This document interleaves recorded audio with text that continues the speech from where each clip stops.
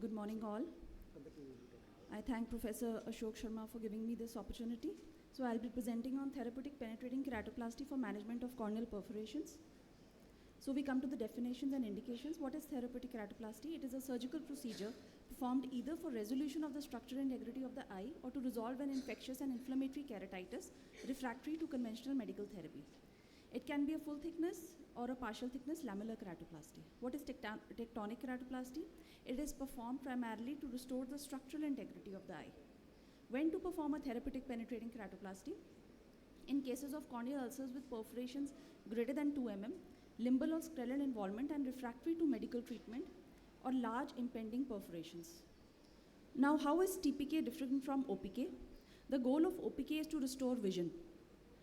Suction or manual trephines are used in OPK.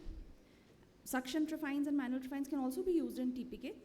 Suction trephines are better in TPK because, like Hesberg, Barron or Hanna's, because they don't exert pressure on the cornea, leading to less shallowing of the AC and less iris prolapse. Donor oversizing is more in TPK as compared to OPK. So in OPK we keep around 0.5 mm disparity. In TPK we keep 0.5 mm to 0.75 mm disparity if the recipient bed is around 10 mm. First we cut the recipient bed, and if that is 10 mm, then we keep 0.5 to 0.75. If it is more than 10 mm, then we keep around 1 mm disparity. Continuous suturing can be done in OPK, whereas interrupted suturing is preferred in TPK. And the sutures in TPK can be 10-0 nylon or they can be 9-0 nylon for providing better strength. And the sutures should be longer and deeper in order to prevent cheese wiring. So what is a preoperative evaluation?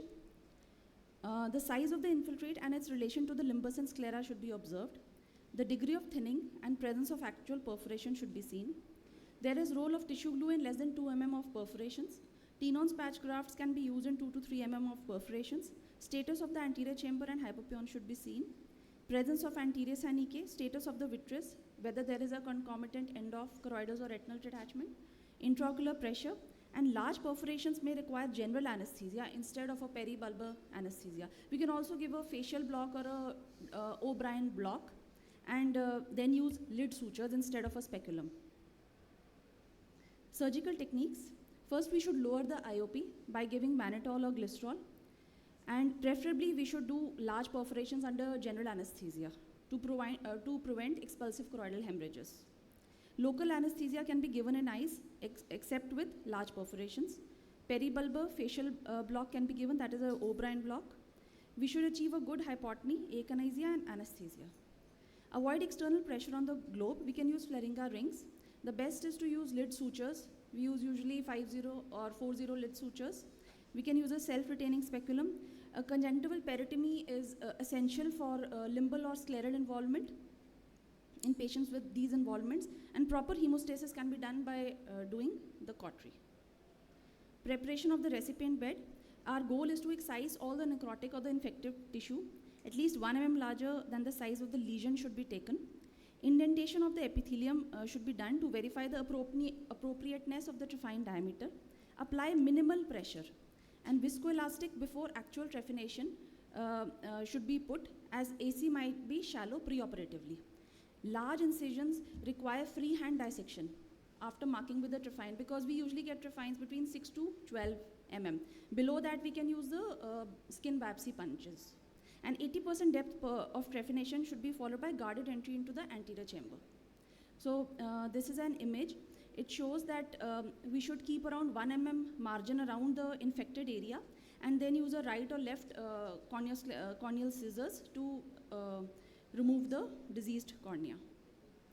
We should clear the anterior chamber exudate, irrigate the anterior chamber with BSS, eliminate all the exudative material to prevent recurrence and glaucoma. Membranes over the iris are dissected gently by the irrigating cannula and removed by the forceps. Every effort should be taken to arrest bleeding, and intracameral antibiotics or antifungals should be given wherever required. What are the additional procedures? We should do a peripheral iridectomy. One can be sufficient, but ideally we should do at least 2 to prevent pupillary block. The lens management is, it should be preserved to prevent the infection from going posteriorly.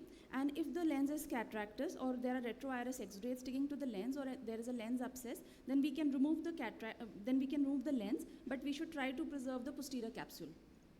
And open sky vitrectomy can be done in cases of concomitant endophthalmitis. So now we have the endoscopic vitrectomies also, which can be done. Suturing can be done with intraoperate sutures preferably, 10O or 9O as I've discussed, 75 to 90% deep, and always check the leak in the end. The surgery should be watertight, ideally, instead of being airtight. So this is one video. Music, please.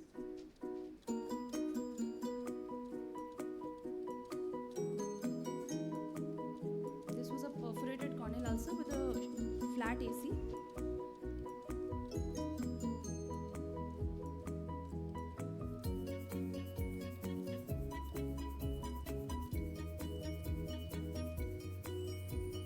The lens was cataractus. We removed that. Another advantage of removing the cataract is that the AC becomes easier to form. And 2 PIs are done here.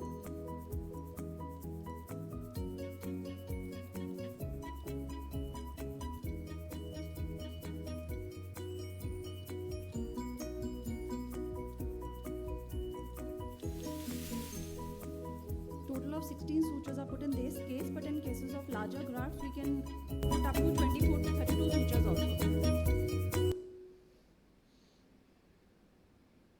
So what are the intraoperative complications? Inadequate anesthesia. If we encounter this, then we can give anesthesia in the subtenon space. If there is suprachoroidal hemorrhage, close the surgery.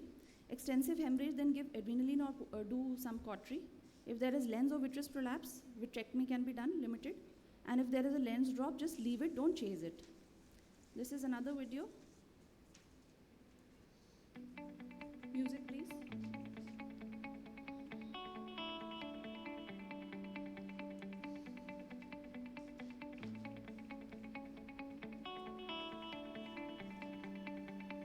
If the lesion extends up to the limbus or the sclera, we need to do a conjunctival peritomy as well. You can see how many exudates are there attached to the cornea. Over the IOL also.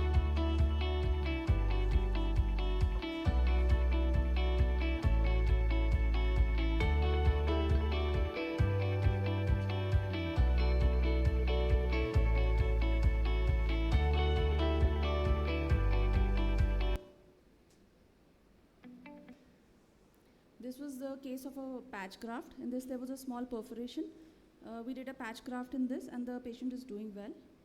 This was another case of patch graft. The first is the intraoperative picture. This was a young female and the patch graft shows beautifully that the AC is formed. What are the postoperative managements? The postoperative management includes prevention of recurrence of infection. So continue anti-infective therapy in all the cases. Promote epithelialization and protect the corneal epithelium by avoiding epitheliotoxic drugs. Use non-preserved tear substitutes. You can do a paramedium tarsorrhaphy or you can use the punctal plugs in cases of dry eye or in cases of neurotrophic keratitis. Control inflammation. Corticosteroids can be given in bacterial keratitis after some time. Must start only after being sure of the eradication of infection. Monitor the epithelial healing, IOP and recurrence of infection with steroids. Intraocular pressure should be managed, monitored and controlled. Large grafts are associated with high incidence of rejection, failures, persistent epithelial defects and glaucoma. So they say that you should apply angle supporting mattress sutures in order to prevent glaucoma and peripheral anterior synechiae. What are the antimicrobials that are used? They should be given according to etiology. Oral, in the bacterial, they should be given 1 day before and till 2 weeks. Fungal, 1 day before till 2 weeks, and 6 to 8 weeks in cases of perforation, hypopyon, limbal or scleral involvement. In viral, give a therapeutic dose for 2 weeks, that is 5 times a day, 400 mg 5 times a day, followed by prophylactic dose, 400 mg BD, for 6 to 12 months, and you must get a renal function test done in these patients. Topical antimicrobials should be 1 hourly as per the culture sensitivity, then taper over 8 to 12 weeks if there is no recurrence or epithelialization. Depends on case to case. Till the scarring sets in, we give antibiotics and antimicrobials, and months we give for fungal and acanthamoeba because they are hard to remove. Why consider steroids? Because they reduce inflammation, they give a better graft quality. But the aim of TPK is to eliminate infection and not vision. So we should not give steroids when there is active infection, absolutely contraindicated in fungal, except we can start after 4 weeks if there are no signs of infection. If there is bacteria in the culture, which is positive, then 2 weeks post-op. If it is all negative, then we can even give on the first post-op day under antibiotic cover. Fungal we should withhold for 3 to 4 weeks. Systemic steroid should be given in severe cases. Viral can be started on day 1. And what frequency? 3 to 4 times a day under antimicrobial cover. So most recurrences within 2 weeks, all within 30 days. Cyclosporine is an adjunct. It causes selective inhibition of the host immune response, and 0.5% BD2 QID can be given.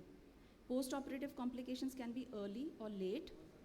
Recurrence of infection in risk factors include fungal etiology, retrovirus exudates, vitreous exudates, and larger grafts.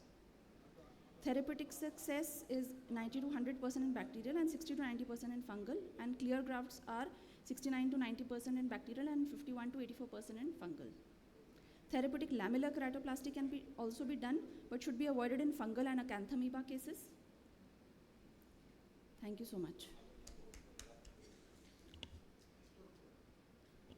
Nice to Dr. Parul. So can you tell me when do you consider for putting this tarsorrhaphy in therapeutic grafts? So tarsorrhaphy, if we do a TPK for cases with severe dry eye or sterile melts or neurotrophic keratitis, then we should do a tarsorrhaphy. A paramedian tarsorrhaphy can be done to preserve the, to prevent dryness and to prevent remelting of the graft. No, we usually, if the graft size is more than 11 millimeter, we routinely nowadays doing this tarsorrhaphy, that very much this lateral tarsorrhaphy. Because that these patients has a tendency to develop persistent epithelial defect. Persistent, yes, because the limbal stem cells are gone. So okay, that's why.